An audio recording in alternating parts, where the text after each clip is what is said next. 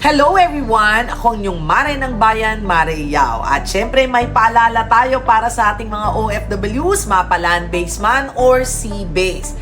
Heto na po ha, huwag kalimutan na magbayad ng ating OWA membership. At magkano nga ba ang binabayad natin sa ating kontribusyon?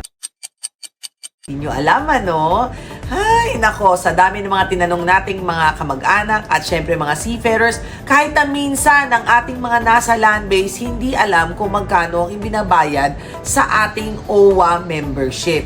$25 po ang ating ibinabayad sa ating contribution na valid for 2 years. Kaya checkin nyo po yung pinaka-resibo ninyo, yung date doon, at sana maaga kayong magbayad para hindi ma-expire ang inyong membership sa OWA. Maraming benepisyo ang OWA, check nyo po sa kanilang website dahil ang dami-dami nun dapat nating gamitin dahil bilang tayo po ay mga members ng OWA.